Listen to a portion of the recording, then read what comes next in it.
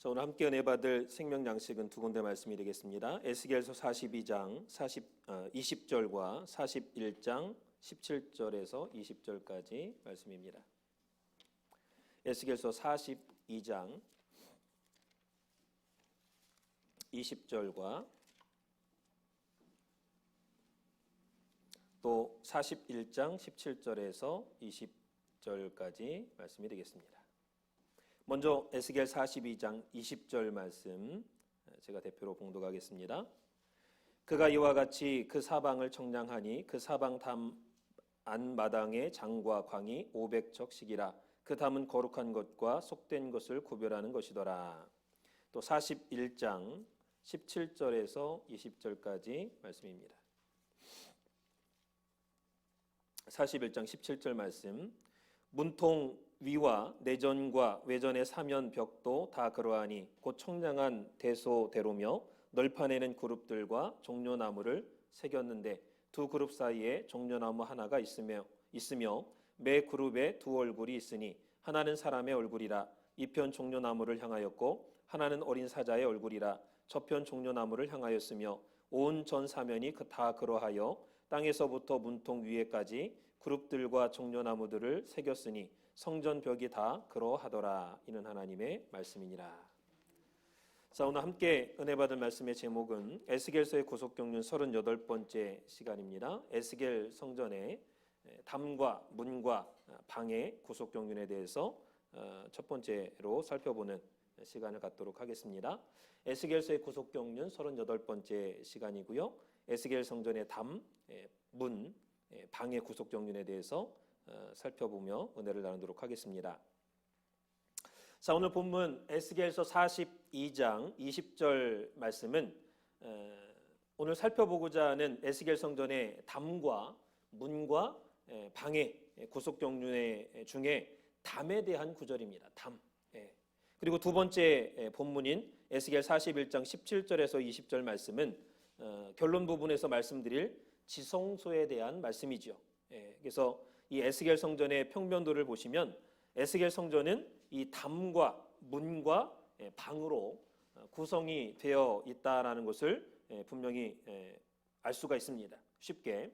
그래서 이것은 에스겔 성전의 구속경륜을 알기 위해서는 이 담과 문과 방을 잘 알아야 된다라는 의미이기도 합니다. 그래서 우선 박윤식 목사님께서는 2013년도에 종말 성도에게 주시는 여호와 삼마라는 제목의 말씀을 통해서 에스겔 성전을 쉽게 이해하는 방법은 이 담과 또 문과 방들을 잘 구분하는 것이다. 그리고 담과 문과 방은 에스겔 성전에 있어서 핵심이다. 이렇게 강조를 해 주신 바 있습니다.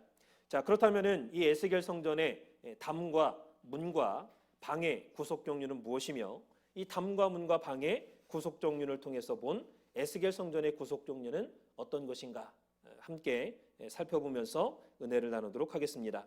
자, 크게 첫 번째로 에스겔 성전의 담의 구속경륜입니다.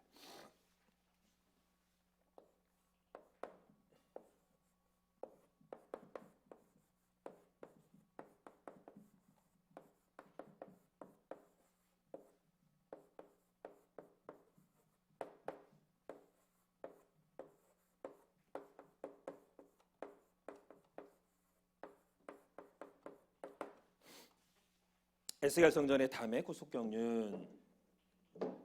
자, 이 에스겔 성전은요, 세 개의 담이 있습니다.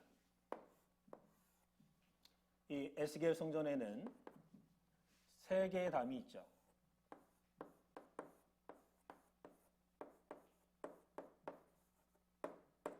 세 개의 담이 있다.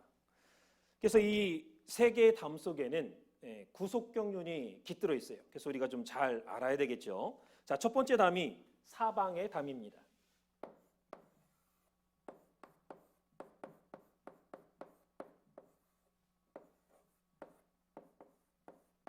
사방의 담.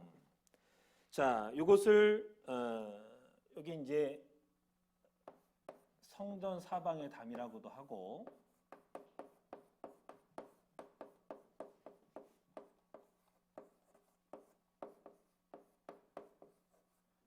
또는 바깥담이라고도 합니다.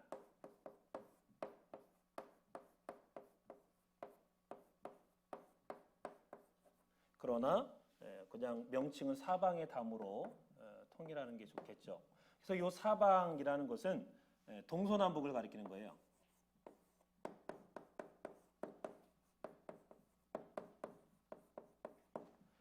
그래서 에스겔 성전이 동서남북으로 정사각형 형태로 돼 있잖아요. 그래서 동서남북 사방에 외곽에 이렇게 담이 있죠. 그래서 성전 이게 사방에 담하면은 성전이란 말이 이제 축약된 거죠. 성전 사방의 담 또는 바깥담, 에스겔 성전 바깥에 있는 담을 말합니다. 자, 그래서 에스겔 42장 20절을 보면 오늘 여기 본문에 에스겔 42장 20절에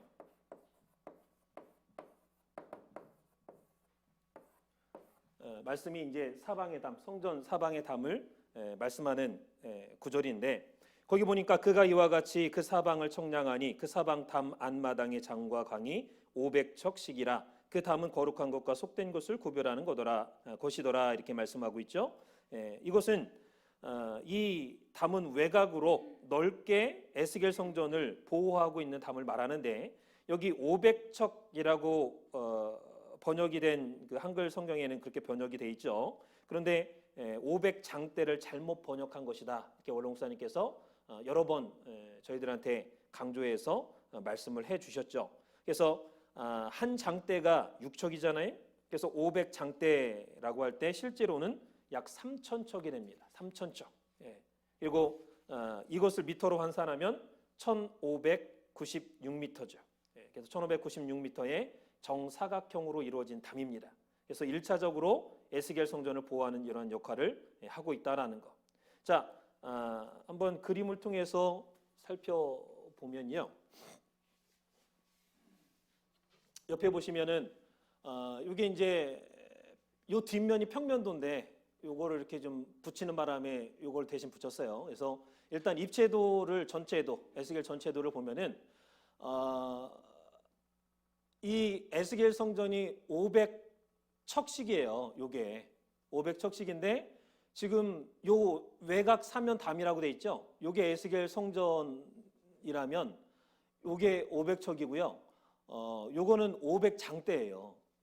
그러니까 이제 에스겔 성전 주변을 훨씬 더 크게 이렇게 둘러싸고 있는 담이 있다는 거예요. 외곽 사방 담. 그래서 외곽 사면 담이죠. 요게 이제 500장대라는 거죠. 500장대.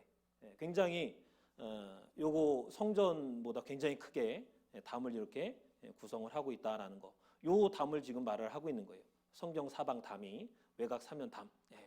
그래서 요게 500척인데 요 담은 500척이라고 하면 말이 안 되잖아요. 500장대죠. 그래서 훨씬 더 큰 개념이다라는 거 생각을 하시면 되겠고요. 자, 그래서 이 담을 의미하는 히브리어는요, 호마하고 가데르 두 가지입니다. 호마.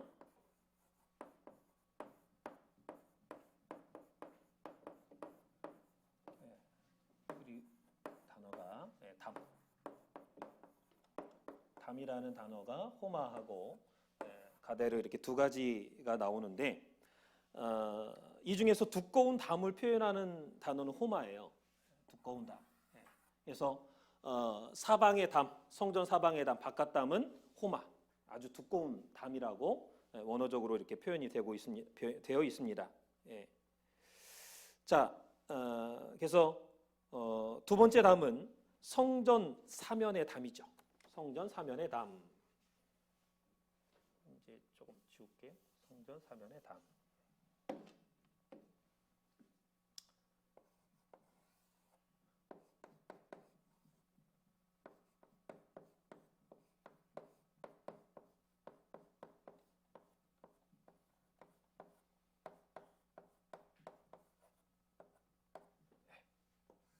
성전 사면의 담입니다. 자, 이것은 에스겔 40장 5절에 나와 있죠. 에스겔 40장 5절.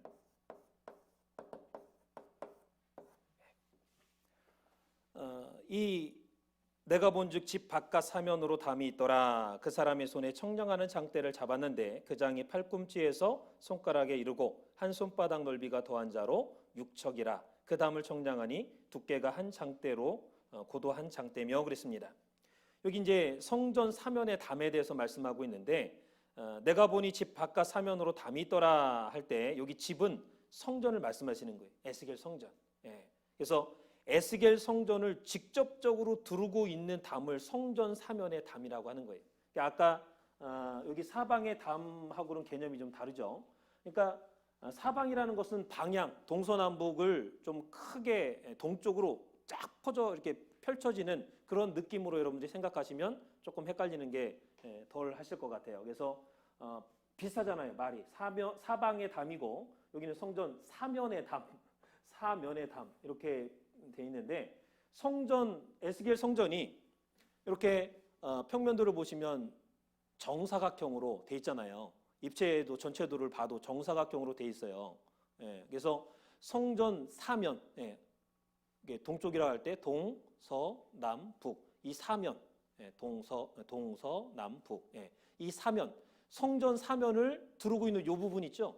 요 담, 요 성전 사면의 담이에요. 요게 요 성전을 두르고 있는 요 직접적으로 두르고 있는 요 담, 예, 요게 성전 사면의 담입니다.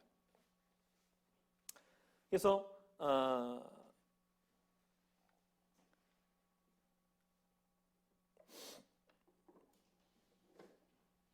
에스겔 45장 2절에 보면 예, 여기 또 45장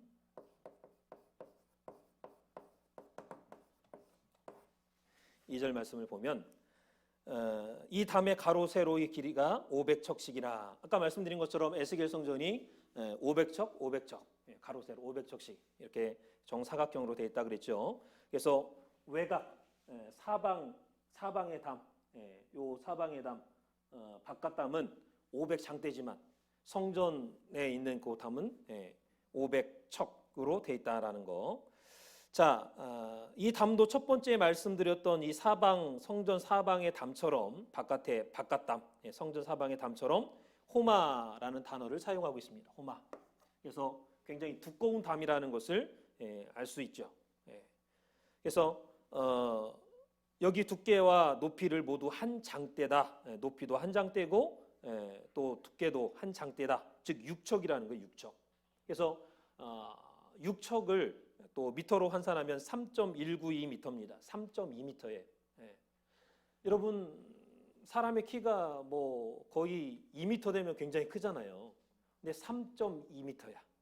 그러니까 사람의 키를 훨씬 더 높은 높이와 두께가 또 3.2m야. 그러니까 뭐 어마어마한 두께와 강력한 담인 거예요.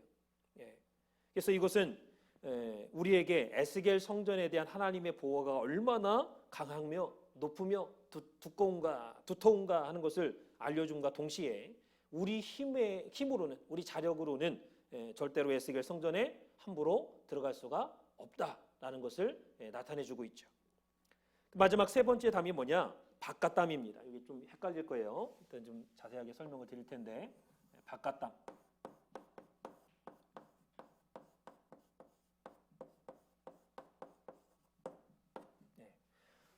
이 세 번째가 바깥담인데 이 바깥들로 향한 방에 그 바깥담이 있어요. 그래서 이것은 에스겔 42장 7절 보면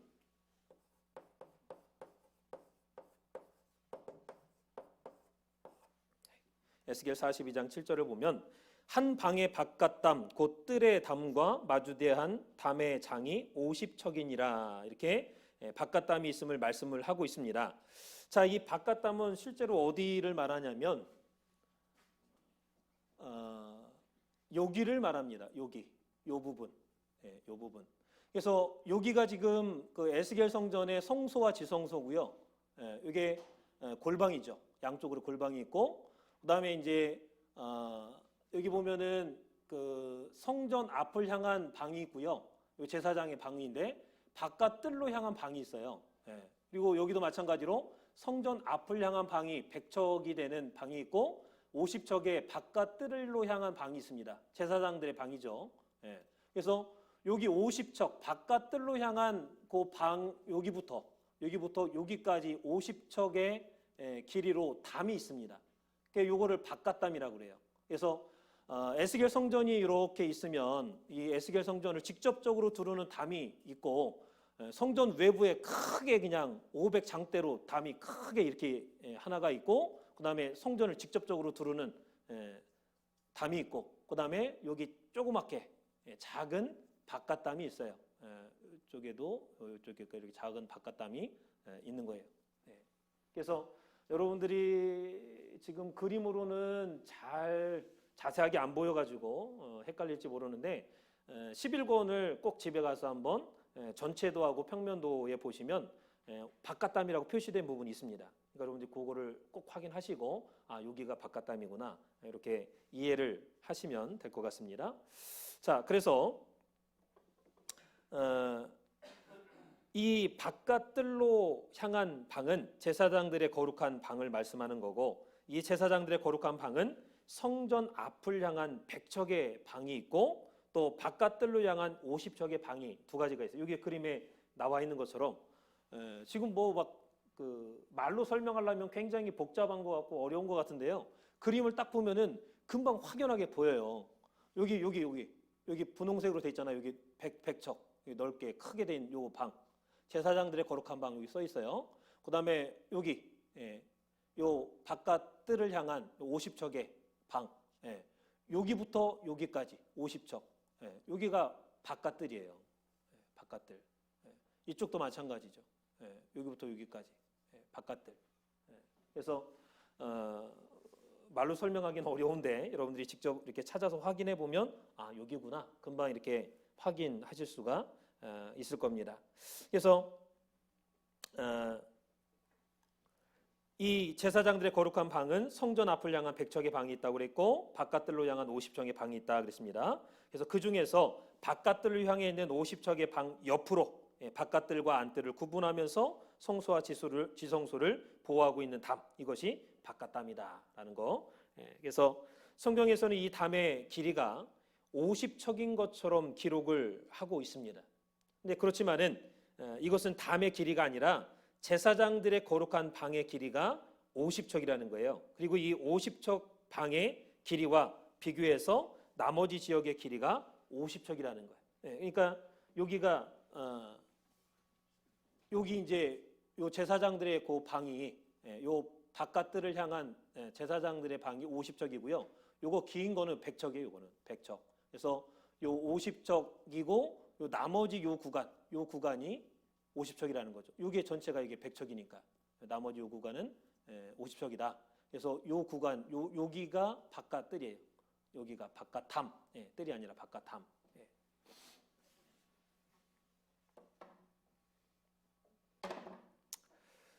자, 그래서 이 담은요, 바깥담은 비교적 얇은 담을 표시하는 가데르라는 말로 돼 있어요.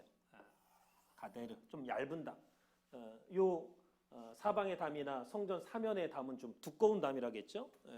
호마로 표현하고 있고, 가데르 얇은 담으로 바깥담은 얇은 담이라고 원어를 보면은 나와 있습니다. 그래서 비록 얇은 담이긴 하지만 분명히 경계 역할을 하고 있다라는 거. 그래서 바깥뜰에서 안뜰로 들어오기 위해서는 세 개의 문간을 거치거나 아니면 제사장들의 거룩한 방들을 통한 두 개의 문을 제외하고서는 들어올 수가 없죠. 그래서 여기 보면은 세 개의 요 문을 통해서 이렇게 바깥뜰에서 안뜰로 들어오려면은 요 문 세 개의 문을 거치거나 아니면은 여기 보면은 그 바깥뜰에서 요 안뜰로 들어올 때 요 제사장들의 거룩한 방이 이렇게 100척짜리가 있고 50척짜리가 있다고 했잖아요. 그래서 요 바깥뜰에서 안뜰로 들어오려면 여기 문이 하나 있어요. 50척짜리 그 바깥뜰을 향한 방에 보면 이렇게 올라오게끔 요 문이나 아니면 여기서도 마찬가지로 여기로 바깥뜰에서 이쪽 안으로 들어가려면은 여기로 이렇게 들어가게끔 문이 하나 있습니다. 요 두 문을 사용하지 않고는 이 안으로 들어올 수가 없다 그 말이에요. 그래서 요 세 문을 통과하거나 이쪽 문이나 이쪽 문을 통과하지 않고는 바깥들에서 안뜰로 들어올 수가 없다라는 것을 설명을 드린 거예요.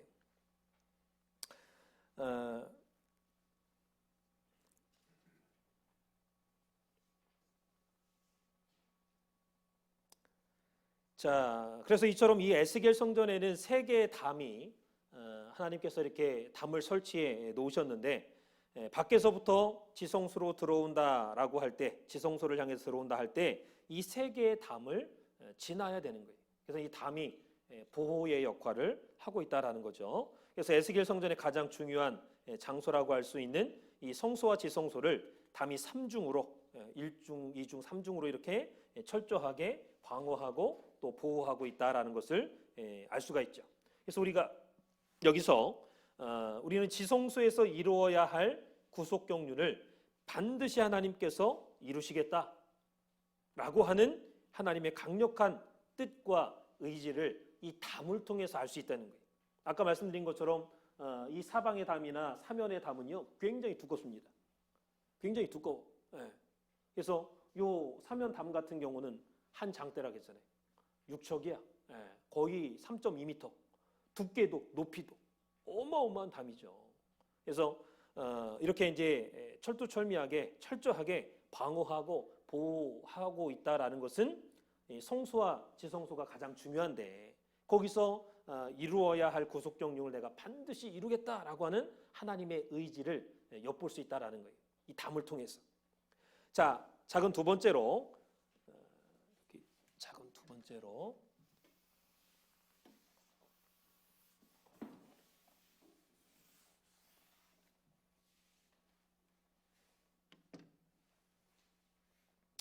에스겔 성전에 그렇다면 담의 구속 경륜은 무엇이냐? 요 세 개의 담이 있다고 그랬고 이 에스겔 성전에 세 개의 담의 구속 경륜, 담의 구속 경륜은 무엇이냐?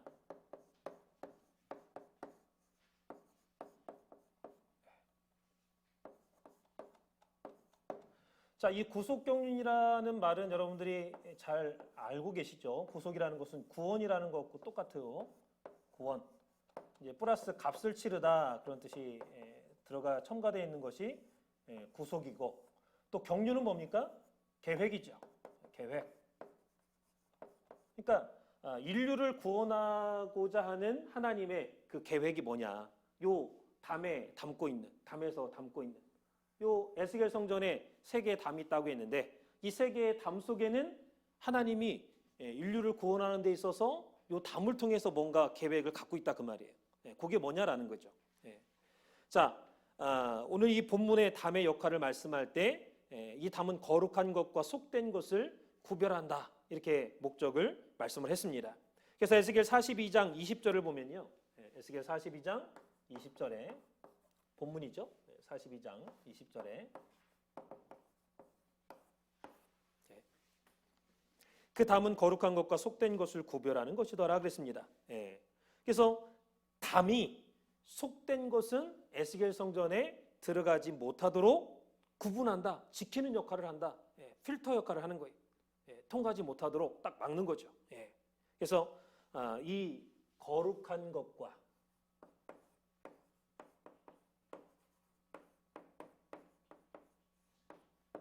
속된 것,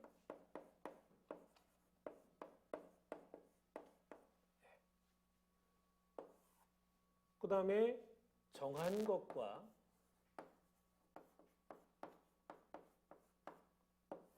부정한 것.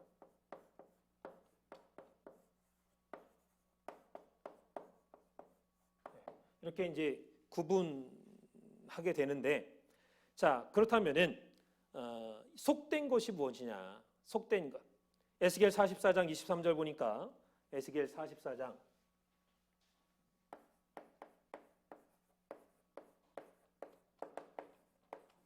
23절 말씀 보니까 내 백성에게 거룩한 것과 속된 것의 구별을 가르치며 부정한 것과 정한 것을 분별하게 할 것이며 그랬습니다. 그것은 제사장, 에스겔 성전을 지키는 제사장의 사명을 말씀한 거예요. 에스겔 44장 23절 말씀이. 그래서 마치 담처럼 이스라엘 백성에게 거룩한 것과 속된 것의 구별을 가르쳐 주라 이렇게 말씀하고 있죠. 예. 또 레위기 10장 10절에서도 마찬가지입니다. 레위기 10장 10절에서도 마찬가지로 그리하여야 너희가 거룩하고 속된 것을 구별하며 분별하며 부정하고 정한 것을 분별하고.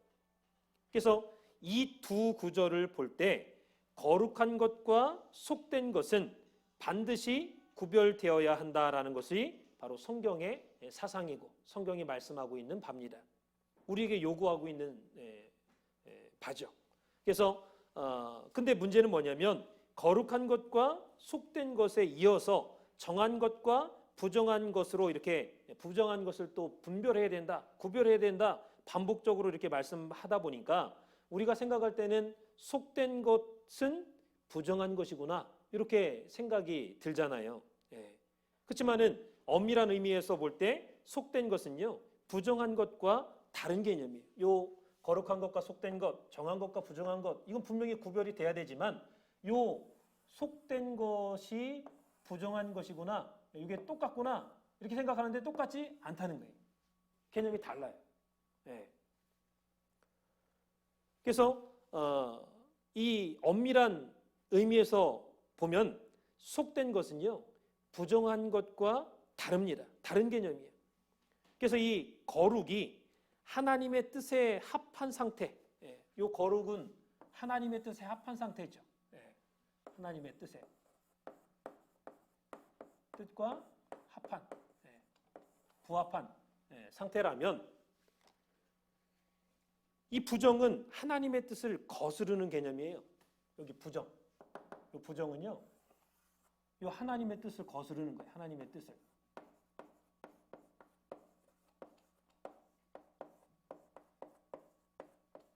거스른다, 반대된다 그 말이죠.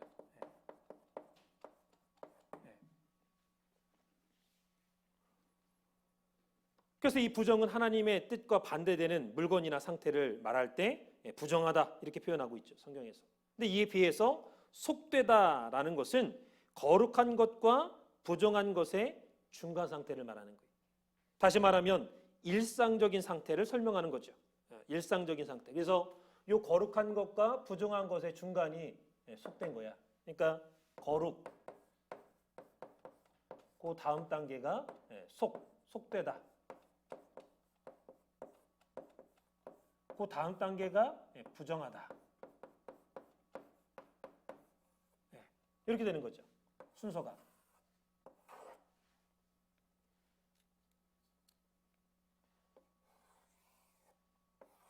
그래서 이 속되다 할 때 이 속은요, 히브리어 홀리입니다. 그래서 일상적인 그런 뜻이에요. 일상적인. 일반적인.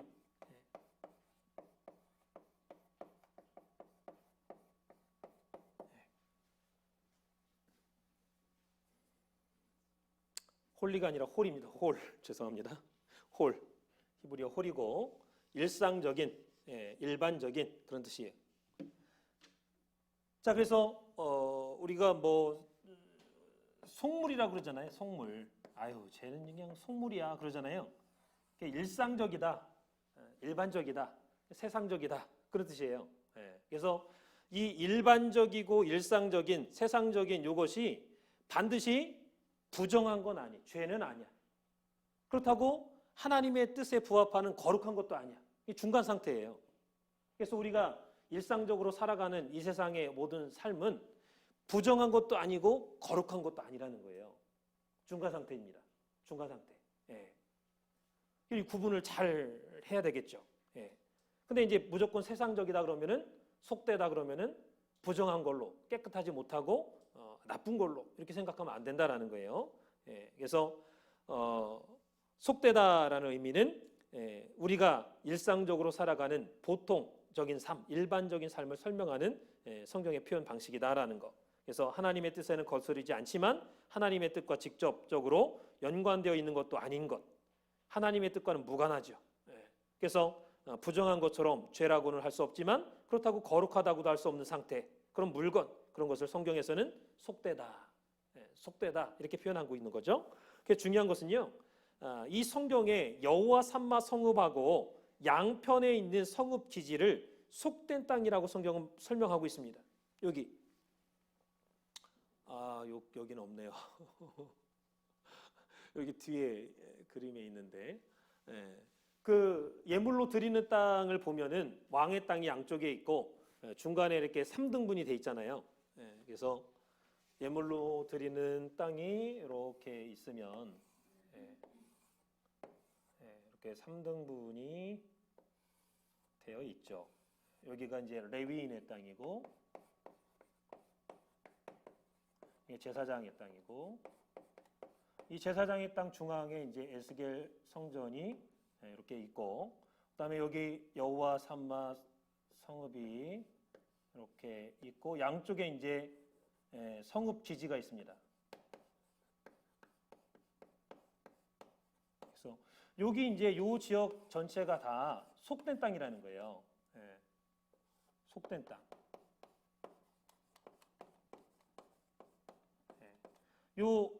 이쪽 성읍 기지하고 이쪽 성읍 기지는 이스라엘 백성들 12지파가 여기 이제 여호와 삼마 성읍이고 와가지고 농사 짓고 이렇게 먹을 양식을 이렇게 재배하는 그런 기지, 근거지가 되는 땅을 말하고 이 지역은 일반적으로 그냥 세상적으로 속된 땅, 일하는 땅입니다.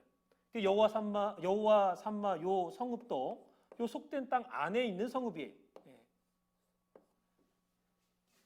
이렇게 표현을 하고 있어요, 성경에서는. 그래서 여호와 삼마, 아니 하나님께서 함께하는 땅인데 왜 속되다고 하지? 이렇게 보실 수 있지만은 그러나 속된 땅이다 분명히 이렇게 설명을 하고 있죠. 그래서 이것은 여호와 삼마는 일상적인 생활이 진행되는 장소다라는 의미를 말씀하고 있는 거예요. 그래서 여호와 삼마에서 이루어지는 일상생활이나 소득이 그 자체로 거룩한 것은 아니라는 거죠. 단지 이것이 하나님께 드리는 예물이 되고 하나님께 드리는 봉헌이 될 때 거룩하게 되어서 비로소 에스겔 성전에 나갈 수 있다라는 것을 말씀하고 있는 겁니다. 그래서 여기 그 여호와 삼마 성읍이라든가 성읍 기지에서 일하고 또 얻는 모든 소득, 일하는 모든 일들 이런 것들은 속된 땅이다. 일반적인 세상에 세상에 일을 하고 직장 나가고 하는 것처럼 똑같은 그러한 속된 땅이지만 여기서 생산하는 모든 것들이 요 위에 이제 에스겔 성전에 가지고 가서 예물로 드리고 제사를 드리고 예배를 드릴 때 거룩하게 바뀌는 거죠. 그래서 요거 자체로는 거룩한 게 아니지만 하나님 앞에 예물로 드려질 때는 거룩한 예물로 바뀌는 거예요. 오늘 우리도 마찬가지죠. 세상에 나가서 직장에 나가서 일할 때는 그 직장의 일터가 거룩한 곳, 그곳이 예배드리는 곳은 아니잖아요. 그렇지만은 거기서 벌어가지고 세상에서 열심히 시장에서 벌어가지고 하나님 앞에 헌물로 이렇게 드릴 때는 거룩한 예물로 바뀌어진다라는 거. 그래서 그 차이입니다. 그래서 우리 성도들에게도 속된 것이 필요하고 일상적인 것이 중요하다라는 사실이죠. 그러나 일상적인 곳이 거룩한 곳으로 바뀔 때 하나님 앞으로 나갈 수 있다라는 거. 반대로 그냥 일상으로 남아 있으면요 에스겔 성전에 들어갈 수 없어. 그러니까 마지막 때가 가까울수록 성경은요 세상에 빠지지 말아겠습니다. 세상은 하나님과 원수를 하겠어요. 그러니까 담이 그것을 구분하고 통제해. 속된 것과 거룩한 것과 속된 것을 구분한다. 들어가지 못하게 한다 그랬어요. 그래서 아까 성전 사방에 담하고 성전 직접 성전을 이렇게 두르고 있는 그 성전 담하고 그다음에 이제 바깥담 이렇게 세 개의 담이 있다고 했잖아요. 그래서 두 개 큰 그 담 다 거룩한 것과 속된 것을 구분해. 그래서 일상적인 모습으로 속된 모습으로 우리가 세상에 빠져가지고 거기 그냥 있으면은 거룩하게 변화되지 않으면 들어갈 수 없다는 거예요. 그래서 로마서 12장 1절 말씀 볼 때 1절 말씀 볼 때 그러므로 형제들아 내가 하나님의 모든 자비하심으로 너희를 권하노니 너희 몸을 하나님이 기뻐하시는 거룩한 산 제사로 드리라. 이는 너희가 드릴 영적 예배니라. 그래서 이 구절을요 여러 가지로 해석을 할 수가 있습니다. 그러나 핵심은 뭐냐면 우리 몸을, 우리의 일상생활을 하나님께서 기뻐하시는 거룩한 제사로 바쳐야 된다라는 것을 말씀하고 있는 거예요. 그래서 우리가 예배 드릴 때뿐만 아니라 이제는 우리의 일상적인 것까지도 우리의 삶 전체를 하나님 앞에 드리는 거룩한 그러한 생활, 거룩한 삶을 살아야 된다는 것. 그래서 우리의 마음가짐이 참 중요하죠. 마음가짐이. 그러니까 어떠한 마음으로 우리가 직장에 나가서 일을 하더라도 어떤 마음으로 일하느냐, 그게 중요하다 그 말이에요. 그래서 이러한 에스겔 성전의 담의 교훈을 통해서 우리의 일상에 속된 삶을 거룩한 삶으로 바꿔나가는, 그래서 에스겔 성전의 첫 번째 관문인 담을 다 통과하시는 우리 산수막계 모든 성도님들 되시기를 주님의 이름으로 축원을 드리겠습니다. 자, 그 다음에 이제 두 번째.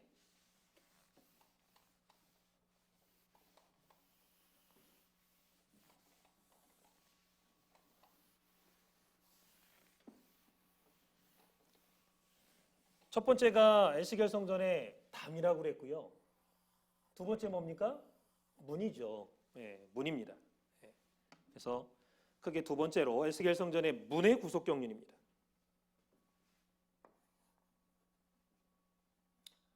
에스겔 성전의 문의 구속 경륜.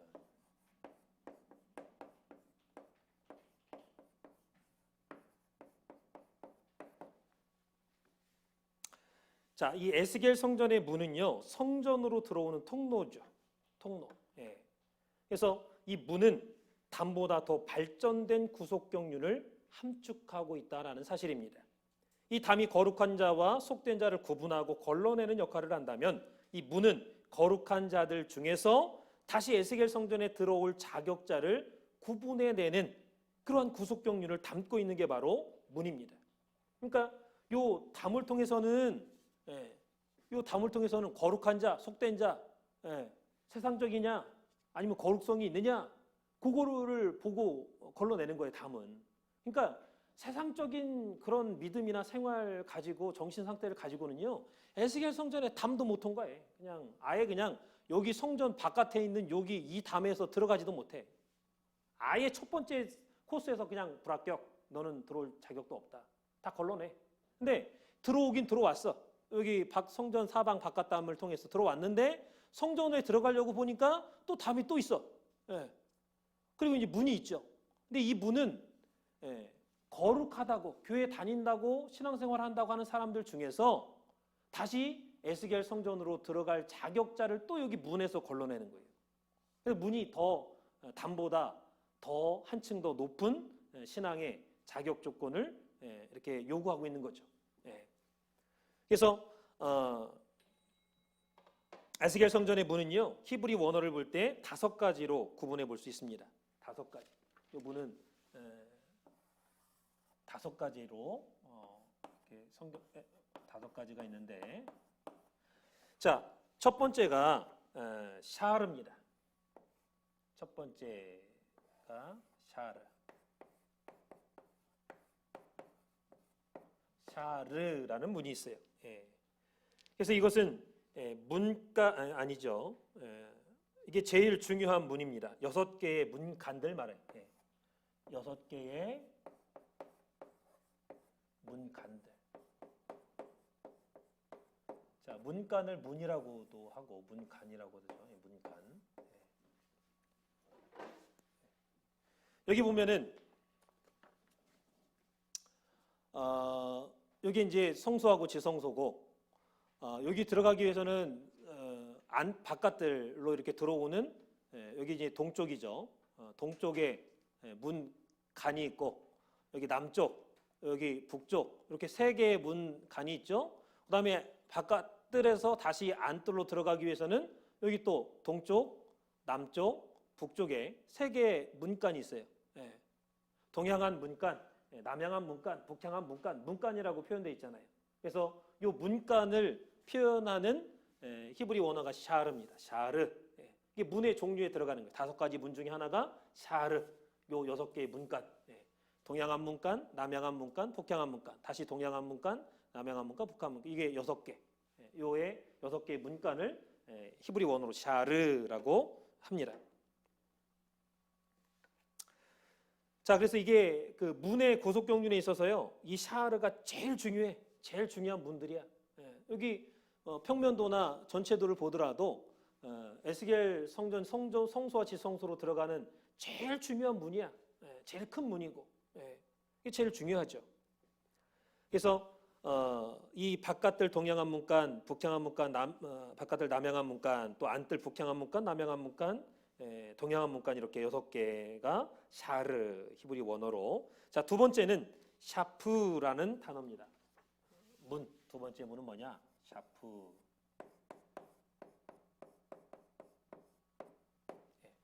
샤프라는 문인데 이것은 문간 안에 있는 통로를 말합니다.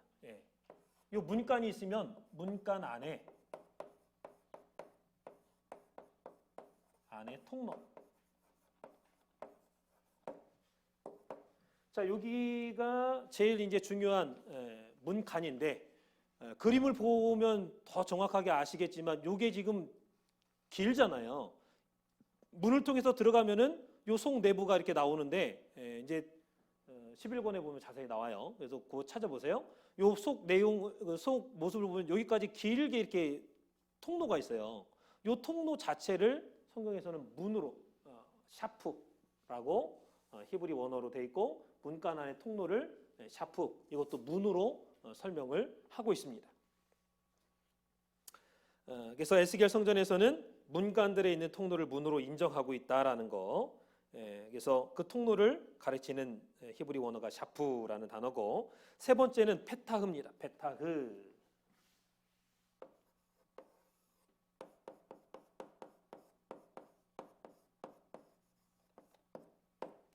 페타흐.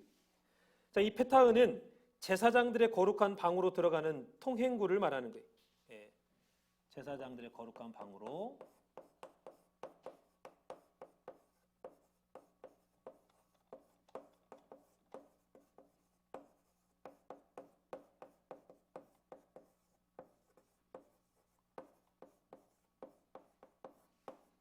들어가는 통행구.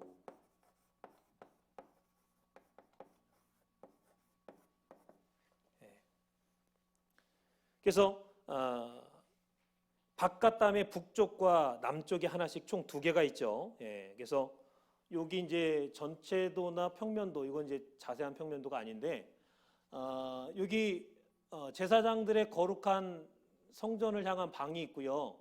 여기 50척 되는 바깥 뜰을 향한 방이 있잖아요. 그래서 어디 가면서 봐. 여기로 이렇게 들어가는 요 계단과 요 문이 있어요. 여기 계단과 요 입구를 말하는 거예요. 여기 이쪽으로 또 이렇게 들어가는.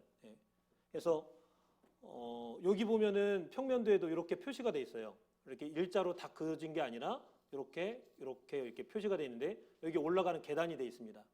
여기서도 여기 바깥뜰에서 이쪽으로 이렇게 제사장들의 거룩한 방으로 이렇게 들어가는 여기 표시가 돼 있어요. 그래서 요 통행구를 문으로 또 설명을 하고 있습니다. 페타흐. 자, 네 번째는 델레트입니다. 델레트.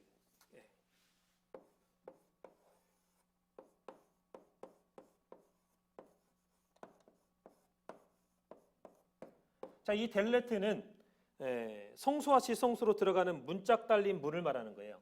성소와 지성소로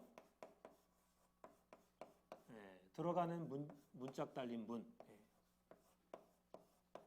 들어가는 그냥 문이죠. 문인데 문짝이 이렇게 달려 있어요. 그래서 여러분들이 여기 도면에는 잘 설명이 여기 그림에는 나와 있지 않습니다. 그러나 11권 여러분들이 찾아보시면 그냥 평면도에는 그냥 문 표시 있잖아요. 뭐 이렇게 이제 문 표시만 이렇게 돼 있어요. 이렇게 들어갈 수 있도록. 이제 뭐 성소에서 여기 지성소로 또는 이제 바깥에서 이렇게 성소로 이렇게 문 표시가 이렇게 돼 있습니다. 그래서 이렇게 들어간다는 문 표시가. 그래서 실제로 이제 그 성소나 지성소 안이 벽면이 사방 판에 이렇게 그룹 모양하고 또 종려나무 가지 모양으로 이렇게 사방이 다 이렇게 그려져 있다고 그랬잖아요. 그래서 그 문을 열고 이렇게 들어갈 때 그 문, 성소로 들어가는 문, 지성소로 들어가는 문, 달려 있는 그 문, 그 문을 델레트라고 설명을 하고 있다라는 거. 마지막 다섯 번째가 엘람입니다. 올람이라고도 하고 엘람.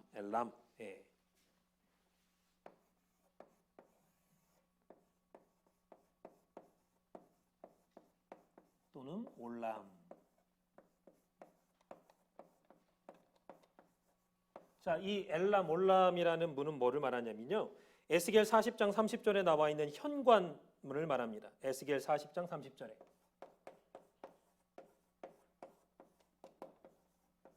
주랑현관, 현관인데 주랑현관. 그래서 여기 보시면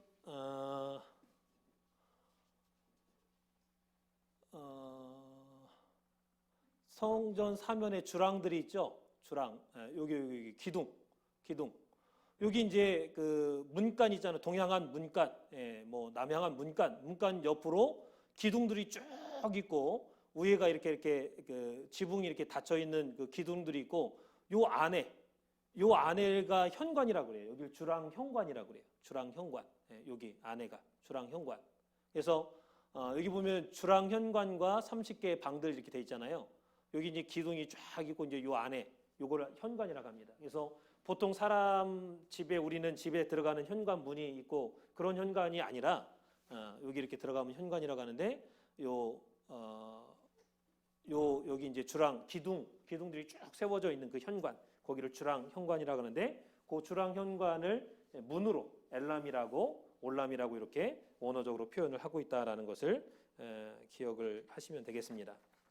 자, 그래서 이 에스겔 성전에서 구속사적으로 가장 중요한 문은 아까 처음에 말씀드린 바깥뜰과 연결되어 있는 세 개의 문간, 그다음에 안뜰에 연결되어 있는 세 개의 문간, 동향한 문간, 남향한 문간, 북향한 문간, 바깥 동향한 문간, 안뜰, 안 동향한 문간 이렇게 총 6개의 문간이죠.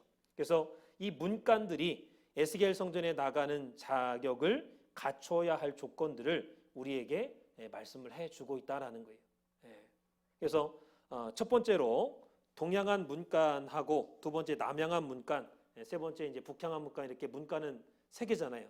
바깥뜰, 그다음에 안뜰 이렇게만 구분이 되지 똑같이 동향한 문간, 남향한 문간, 북향한 문간 이렇게 세 개입니다. 세 개인데 오늘 시간 관계상 두 개만 동향한 문간하고 남향한 문간만 설명해 드리고 다음 시간에 이어서 나머지 못한 방 이렇게 다음 시간에 할 거고요. 오늘 두 가지만 설명을 드리고 말씀 마치도록 하겠습니다. 자, 첫 번째 동향한 문간입니다. 자, 이렇게 다섯 원어를 볼 때 에스겔 성전에 5가지 문을 말씀을 하고 있다.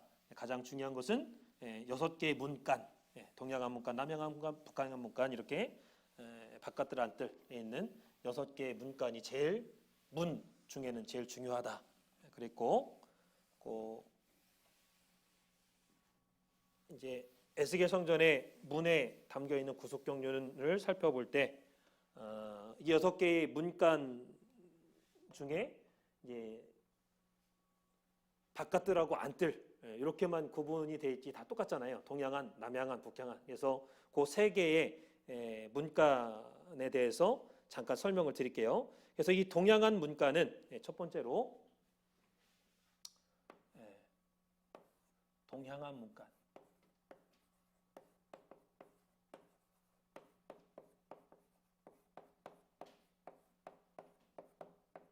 동향한 문간. 이 동향한 문간은 에스겔 성전을 대표하는 문간이죠. 동쪽이 항상 중요합니다. 하나님의 영광이 들어온 문간이죠. 에스겔 43장 1절에서 4절 보면. 그래서 이 동향한 문간은 하나님의 영광이 들어온 문간이고 또 에스겔 47장 1절 2절을 보면요. 에스겔 성전 문지방에서 흘러나온 물이 성전 우편 번제단, 제단 남편을 지나서 동향한 문간 오른쪽으로 스며 나오는 모습을 보여주고 있다 이렇게 말씀을 하고 있습니다. 그래서 그거를 보여준 문간이에요. 근데 이 전체도 하고요. 평면도에 보면은 약간 좀 그림이 잘못되어 있는 게 있는데 어쨌든 이 성전을 기준으로 해서 성전 우편이니까 성전이 이쪽으로 이렇게 보면 성전의 우편에서 물이 이렇게 흘러나오죠. 흘러나와가지고 제단 남편, 번제단이 여기 있으면 남쪽 이렇게 우편으로 이렇게 흘러나와서 제단 남쪽으로 이렇게 흘러나오다가 이렇게 남쪽으로 왔다가 이렇게 통과해서 다시 이제 동양안 문간 오른쪽 이게 오른쪽이잖아요. 그래서 이렇게 흘러나온다는 거예요. 오른쪽으로 이렇게 흘러나온다는 거. 근데 이제 이 그림이 평면도하고 뭐 전체도 이렇게 다 훑어보면 약간 좀 다르게 그려진 데가 있어요. 근데 어쨌든 그 표현을 여러분들이 정확하게 잘 아시면 되겠습니다. 그래서 구속사적으로는 또 종말론적으로는 성전 문지방에서 흘러내린 물은 마지막 때 세상을 향해서 선포될 하나님의 말씀의 역사를 상징하죠. 그러므로 이 마지막 때 에스겔 성전에 들어가기에 합당한 자격자는 세상을 향해서 선포될 하나님의 말씀의 역사를 올바로 깨닫는 자입니다. 그리고 그 말씀을 분명하게 붙잡는 자가 되어야 된다라는 것을 가르쳐주고 있는 거예요. 그러니까 에스겔 성전 문지방에서부터 흘러나와가지고 뭐 번제단 남쪽으로 해서 동양안 문간 오른편으로 해서 이렇게 막 흘러나왔다. 역사적으로 또는 사실적으로 또는 객관적으로 이렇게 성전 문지방에서 물이 흘러나왔고 이렇게 이쪽으로 이렇게 흘러나왔다, 이쪽으로 흘렀다, 이쪽으로 흘렀다 이렇게 그거를 지금 설명을 해주고 있지만 그 이면적으로 우리가 중요한 구속사적인 의미는 뭐냐면 이 물은 마지막 때 있을 생명의 말씀, 하나님의 말씀을 선포될 말씀을 상징한다면 그 말씀의 역사를 우리가 잘 알고 그 말씀의 역사를 생명의 구속사의 말씀의 역사, 생명의 말씀의 역사를 잘 굳게 붙잡는 자가 돼야 들어갈 수 있다. 에스겔 성전에 그러한 교훈을 우리한테 준다라는 거죠. 그래서 시편 119편 130절 보면요.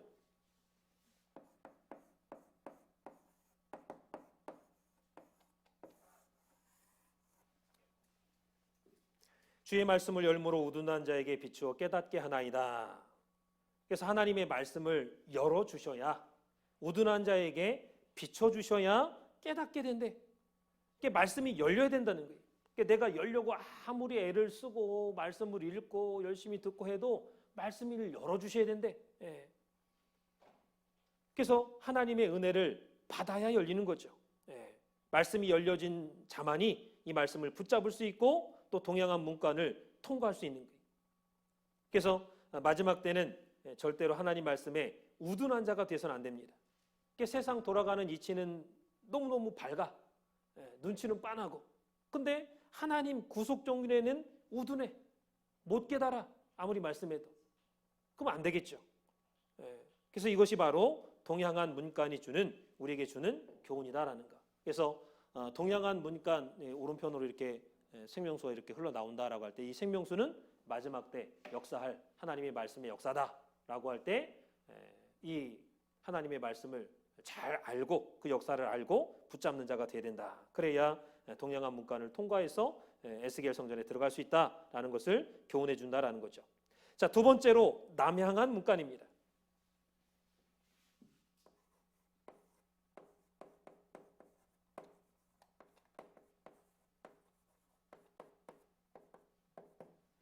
남향안 문간.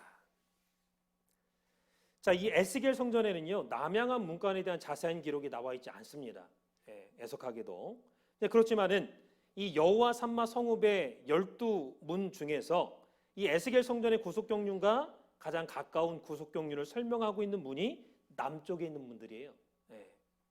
그래서 이 세 개의 남쪽에 문이 있는데 그 문 중에 선두문을 차지하고 있는 지파가 시므온 지파입니다. 남쪽, 그러니까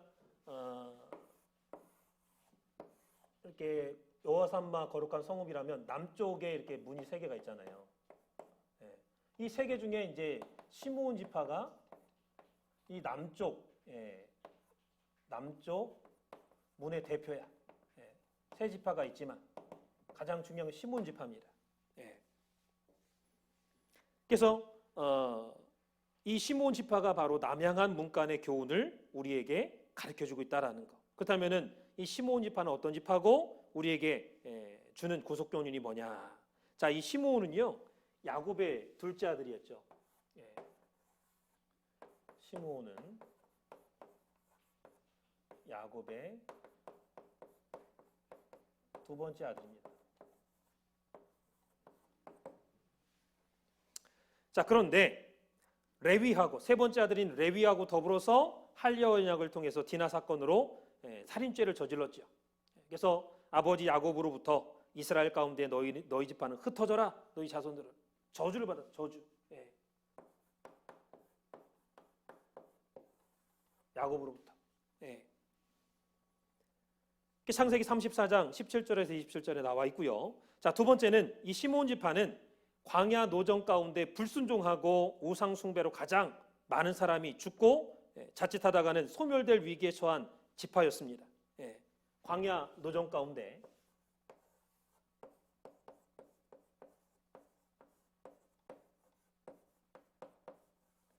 불순종했어. 우상 숭배하는데 앞장서. 41번째 모압 평지에서 모압 여인들과 음행할 때 이 시므온 지파가 더 앞장서서 음행을 저질렀어. 시므리하고 고스비하고 대표적이죠. 그래서 민수기 1장 23절 보면요. 민수기 1장 23절에 보면 1차 인구조사 때 시므온 지파의 인구 수가 나옵니다. 그게 몇 명으로 나오냐면 5만 9,300명이 나와요. 59,300명.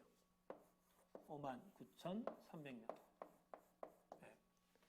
그런데 민수기 26장 14절에 보면은 26장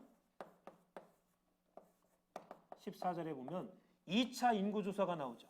2차 인구조사 때 2차로 인구조사할 때 시므온 지파 인구 수가 나옵니다. 그 몇 명으로 나오느냐? 22,200명. 22,200명. 그래서 몇 명이 줄었느냐? 37,100명이나 줄어들었어요. 점점 줄어들어. 저주 받아가지고 우상 숭배하고 불순종하고. 자, 세 번째로 시므온 지파는요 모세의 축복을 받지 못했죠.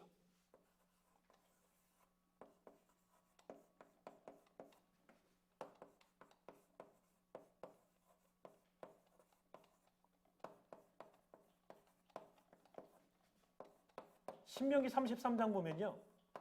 모세가 마지막으로 죽기 전에 이스라엘 12지파를 축복할 때 시므온 지파를 빼버렸습니다. 빼버렸어요. 임종하기 전에 12지파를 축복할 때 시므온 지파를 의도적으로 뺐어. 그래서 여호수아 19장을 보면 여호수아 19장 1절에서 9절에 보면은 이 12지파를 땅을 분배할 때 시므온 가나안 입성 후에 기업을 분배할 때 시므온 지파는 분배를 못 받았어. 그래서 가장 넓은 유다 지파 한쪽 귀퉁이 빌붙어 사는 아주 초라한 지파가 되어버렸습니다. 그런데 이 지파가 역전적인 상황이 발생했죠. 히스기야 시대 때. 히스기야 시대.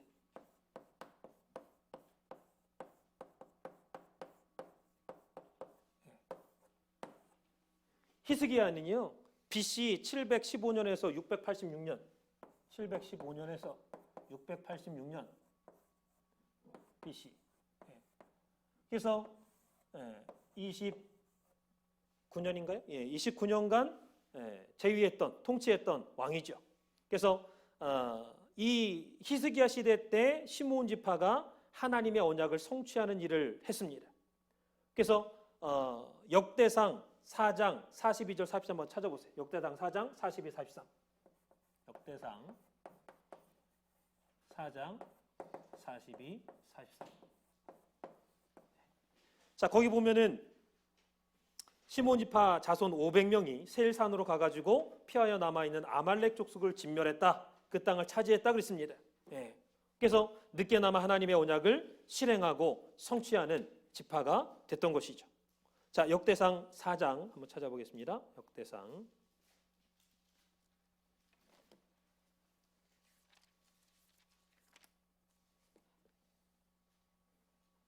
42절 43절 시작.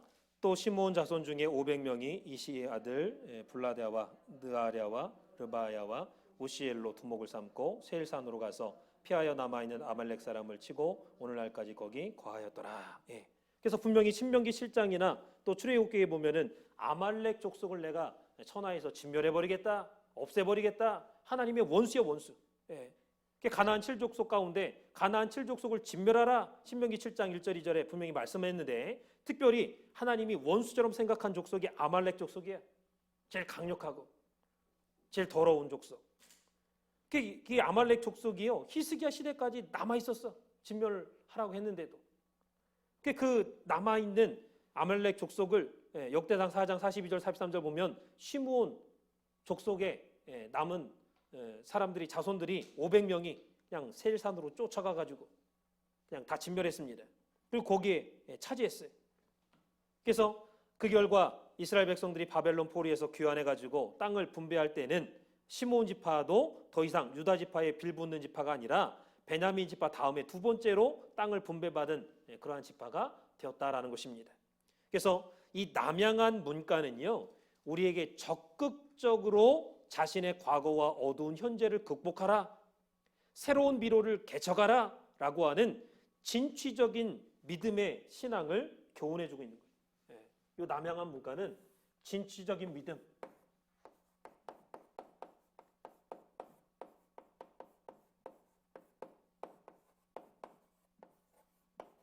자, 에스겔 성전의 문에 있는 구속경륜.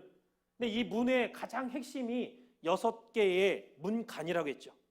이게 가장 핵심입니다. 근데 그 중에 6개가 이제 바깥들, 안뜰 둘로 나누자니까 3개로 나눠지잖아요. 동양안, 남양안, 또 북양안. 그 중에서 동양안 문간은 아까 말씀드렸고, 남양안 문간을 통해서 우리가 알 수 있는 것은 진취적인 믿음. 지금 현실은 어렵지만 말씀의 뜻을 반드시 이루어 드리는 이 시므온 지파처럼. 그래서 뭐 광야 노정이라든가 야곱의 저주라든가 모세의 축복에서 빠졌다든가 이러한 너무나도 불리하고 어려운 그런 상황이었지만은 히스기야 왕 시대에 와서 비로소 하나님의 말씀을 성취하는데 앞장섬으로 말미암아 그동안의 모든 저주의 그 상황을 바꿔놨죠. 그래서 현실은 너무 어둡지만, 과거는 너무 어둡지만 극복하라는 거예요. 진취적인 믿음으로. 그래서 에스겔 성전에 들어가기 위해서는 거룩이 필수입니다.